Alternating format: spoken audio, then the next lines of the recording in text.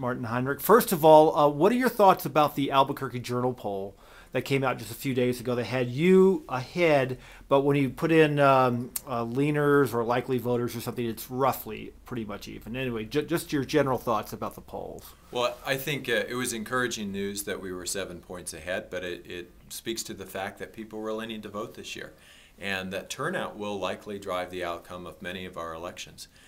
So we're busy encouraging people to turn out to vote. We're working hard to make sure that people do their absentee ballots, go to the early vote locations, and whichever side does that better. I think this is one of those years when that'll probably be the deciding factor. Speaking of polls, generally speaking, across the country, the polls are not been good when people are asked what they think about the Congress. With that kind of anti-incumbent feeling out there, do you feel like you have somewhat of an uphill climb?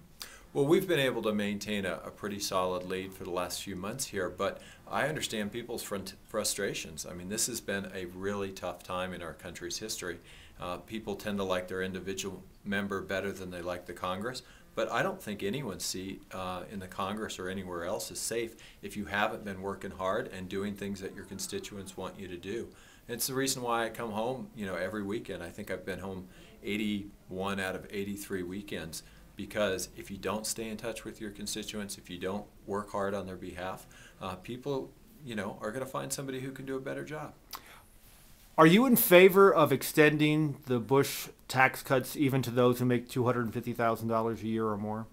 I think we should extend the tax cuts for middle-class, hardworking folks, but I don't think we should extend them to Donald Trump and Tiger Woods and people who are worth millions and billions of dollars. It would put a $700 billion hole into our budget deficit. We can't afford that right now. People are rightly concerned about the deficit, and this is one of the places where we can make a tangible difference in bringing that down substantially. We should extend them for middle-class folks and end them for millionaires and billionaires. What's the biggest difference between you and your opponent? I think we have different approaches. One of the things about me is, my background sort of as an engineer. There aren't a lot of engineers in Congress, but I think it makes those of us who are there more outcome-oriented as opposed to process-oriented. And it's allowed me to really focus on tangible results for this district. We worked hard to make sure that we maintained those 1,000 jobs out at Kirtland Air Force Base with the tacos. It's allowed me to be able to work in things that a lot of members of Congress don't understand. I worked hard to put additional resources into directed energy at Air Force Research Labs.